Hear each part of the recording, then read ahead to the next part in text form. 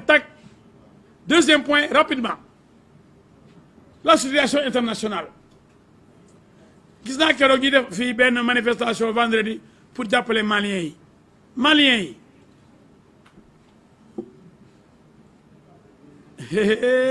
Sénégal la bëri naa fekk. Maliens yi kenn du leen def dara. ki leen def dara kay mooy ki am ay fetal. ñëw nangu nguur gi ñu may ko 18 mois pour mu joxe nguur gi alors que waroo jël sax nguur gi ndax Ibrahima Boubacar Keïta dee na njoo ko gudd xatal ba mu dee na xëy na bu nekkoon président nekk dans de bonnes conditions du dee léegi mais toroxal nañ ko dàq ko alors que 2 ans lañ ko fal même pas 2 ans sur les 5 ans xam ngeen Mali réewu coup d'état la depuis Moussa Traoré depuis ATT depuis général Sanogo le capitaine Sanogo depuis colonel Goïta ñoom dañoo tàmm affaire coup d'état tàmm ci démocratie mais CEDEAO nee na régime militaire du fi amati loolu nag CEDEAO dafa nekk seen texte de loi seen texte un texte supranational boo bëggee CEDEAO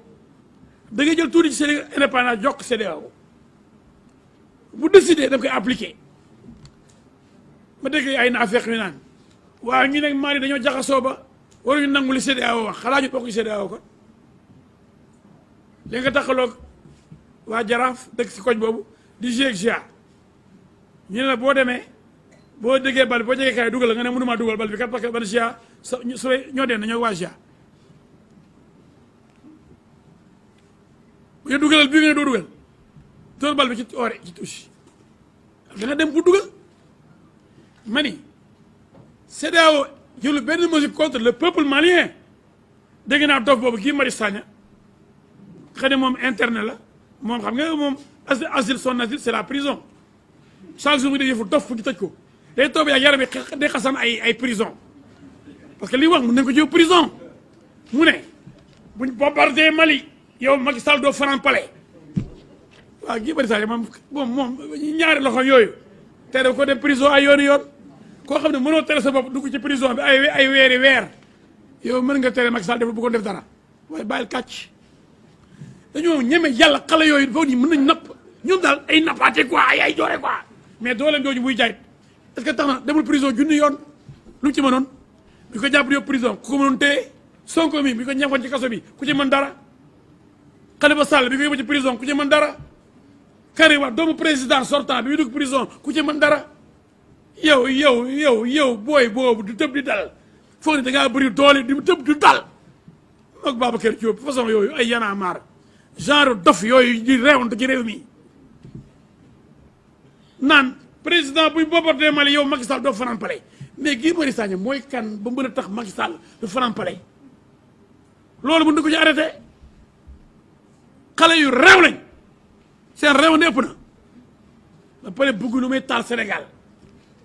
c'est des criminels mais quand est-ce que la CEDEAO a dit qu'elle va bombarder le Mali ma su ko wax mais dañu nekk ay saytaane bëgg a gëmloo Sénégal yi naan sunu mbokku Maliens yi dañu bëgg a bombarder Guy Marius Sagna du bàyyi kàcc lu tar réew mi rek lay wut moom mbokkam boobu léegi son maître Sonko taalkat man mi taal sama kër di comme mu ne taalkat lañ bu xam nga ni bi inventé wu ma ko ay terroristes yu bon lañu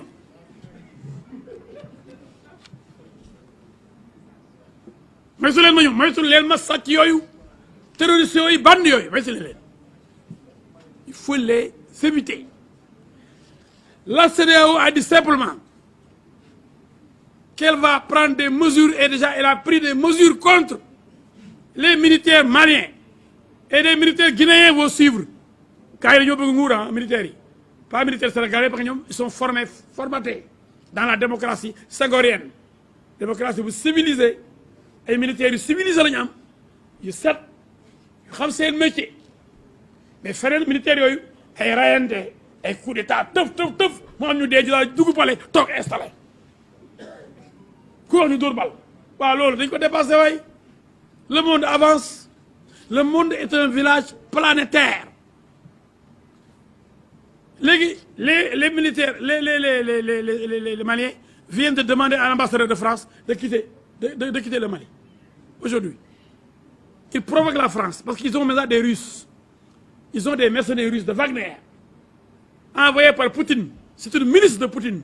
Donc la Russie veut s'emparer du Mali et la Russie vise le Sénégal. Parce qu'on a du pétrole. Le Mali sera la base arrière donc, de la Russie pour attaquer le Sénégal demain. Parce que les Sonko-là sont avec tous les putschistes. Sonko a dit, je suis en contact direct avec les militaires maliens et guinéens. Mais moi, quoi wax feeñ di ah ñoom ñooy métaram ñoo koy dimbale nee na moom ñoom ñoo bokk xel toj rek ray rek dóor rek duma rek sàcc rek ça c'est Sonko et son équipe Sonko jomb naa xam ni ku baax ay militaire la ne ñoom la déggool ba mu demee Guinée Bissau daan faral naa diw far yàlla ñu làbbali kooku ba mu bëgg a dee mbaaloo falu muy bëgg a dee yàlla toroxal ko moo ki àndaloon naan je soutiens Gomes au Niger je vais soutenir xaw ma ban candidat ñu dugg ko muy jéem a raatale pour ànd ak bande yooyu taal Sénégal taal Afrique taal Mali Sonko c'est un terroriste et il est l'élément des djihadistes faut am pétrole attention Sénégalais yi Sonko mooy mercenaire bi nga xam ni moom la gars yi yaakaar pour taal Sénégal pour dugg Sénégal nangu suñu pétrole bi bàyyi leen ci xel Sonko sàcc na suufu Sénégal bi mu nekkee impôt domaine léegi suuf amatul xel mi yëpp ci pétrole bi la ko teg barke alxuraan Sonko a écrit un livre sur le pétrole du damay fen Sonko a écrit un livre sur le pétrole man jomb naa fen kenn dof damay fen man jomb naa fen Sonko yéen déggulee wala je pose une question dama ne damay fen wala déet kon xam ngeen fenuma ku dégg olof nag baal naa la man olof dama dégg olof dama ni damay fen wala loolu kay nee ma man damay fen dama posé benn question et je réponds à la question ku xamul nag wala nga ànd ak Sonko mën nga jéem a dénaturer mes propos dama ni ndax damay fen Sonko a écrit un livre sur le pétrole ndax damay fen loolu lu jar leeree mel ne dama ne damay fen man mi vous savez très bien non ku dégg olof baal naa la mais dama ni ku nekk naa fekk it baal naa la ku nekk envoyé de Sonko it baal naa la mais dama ni ndax Sonko bind na benn livre ci sur le pétrole ndax damay fen wala déet ñëpp xam ne bind na livre sur le pétrole ci jàngul pétrole dara impôt domaine la jàng droit dem ENAM dem def impôt domaine fu mu jàngee pétrole yow doo ingénieur pétrole yow liggéeyoo ci benn service buy def pétrole mais parce que mercenaire nga damay fen wala déet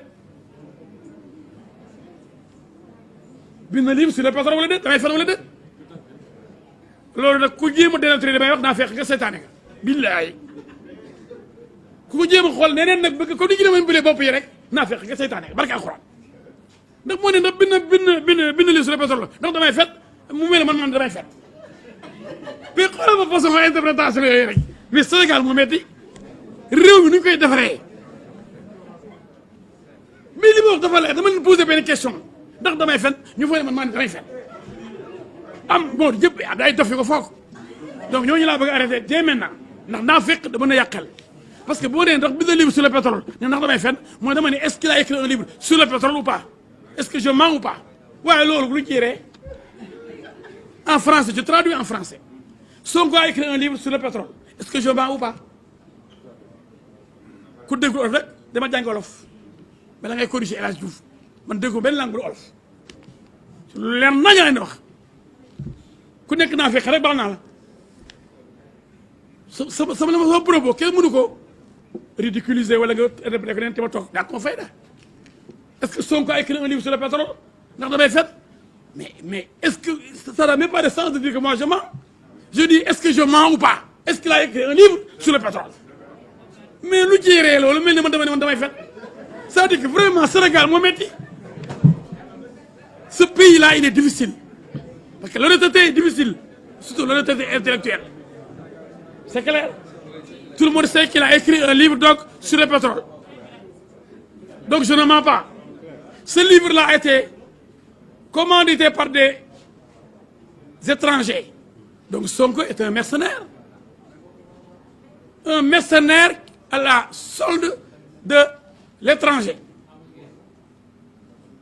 Non, il y a les djihadistes, il y a les Américains, il y a les Soviétiques. Lui, il aime l'argent, il mange dans tous les râteliers. Il est partout, Sonko. Finalement, il demande des cotisations. Némé Coutour, cotisation à Ziguinchor. Il aime l'argent et il est fainéant. Sénégalais, vous voulez dire que je suis Sonko? Je ne sais pas. bàyyi leen naan dama acharné wu ci moom de dafa bëri ay pexe ci pexe yëpp day taal Sénégal kon chaque fois mu génne ay pexe man dinaa tontu yee leen leeral leen ma ni la CEDEAO a pris de bonnes mesures pour que la junte militaire organise rapidement des élections démocratiques. On lui avait donné 18 mois et l'élection présidentielle devait se tenir au mois de février. Maintenant, la junte militaire demande 5 ans. 5 ans, c'est un mandat. Et ceux qui manifestent là veulent qu'on laisse les militaires là faire ce qu'ils veulent. Donc, vous serez la CEDEAO et ses textes. Le règle, je voulais parler de ça sur la situation internationale. Ma gis ay nit ñu yóbbu leen ay place de l'Obélisque ñu taxaw fa naan dañuy jàppale Mali lu ko dal militaires yi ñoo ko teg te dañoo bëgg loolu ko dal jeex. ñu tànn ñi leen neex militaire bu ñu bëggee nañ def candidat ATT demoon na ba ñëwaat ne candidat ñu wul ko fal ko mais jël say fetal teg ni maa ngi toog juróomi at di faax toog ay ndaa fekk nekk Sénégal naan bu la kenn wax dara bàyyi leen naa fekk